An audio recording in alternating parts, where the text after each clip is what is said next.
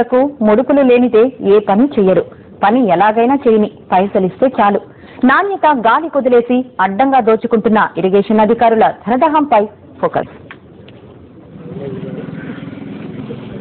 ఈ బిల్డింగ్ ను కాస్త పరిశీలించండి. పెచ్చులూడిన సీలింగ్, పగుళ్లిచ్చిన గోడలు, ఊడిపోయిన కిటికీలు. దెయ్యాల కొంపలా ఉంది కదూ. కానీ ఇది వైఎస్ఆర్ జిల్లా తాతిరెడ్డి నరసింహారెడ్డి రిజర్వాయర్ ఏఈ కార్యాలయం. ఈ మధ్యే మరమ్మతులు చేయించారు. రిపేర్లు చేసిన తర్వాత కూడా ఇలా తగలబడిందేమిటా అనుకుంటున్నారా? ముడుపులకు కక్కుర్తిపడే అడ్డగోలు అధికారుల చేతివాటం మరి. గత ఏడాది మైదుకూరి మండలంలో ఇరిగేషన్ ఆఫీస్ నిర్మాణానికి డ్రైనేజీ, కరెంటు, వాటర్ సప్లైకి 1,50,00,000 రూపాయలు కేటాయించారు. ఇంత ఖర్చు చేసిన పనులేమిటి ఇలా ఉన్నాయంటే కాంట్రాక్టర్ ఏమంటున్నాడో చూడండి.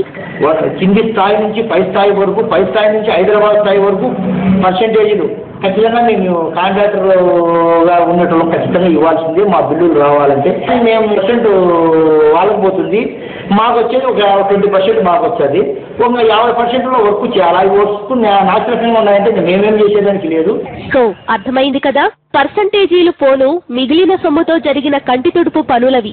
కళ్ల ముందు నిలువెత్తు సాక్ష్యాలున్నా ఈ అధికారి ఎలా దబాయిస్తున్నాడో వినండి.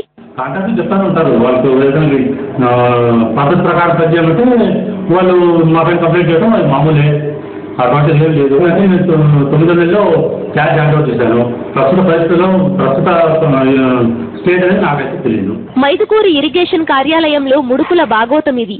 కనీసం 30% కమిషన్ ఇవ్వనిదే ఇక్కడ పనులు మంజూరు కావు. శాంక్షన్ అయినా బిల్లులు రావు. ఏరులై పారుతున్న ఇరిగేషన్ కార్యాలయం అవినీతిపై ఉన్నతాధికారులు ఎలా స్పందిస్తారో వేచి చూడాలి. సాక్షి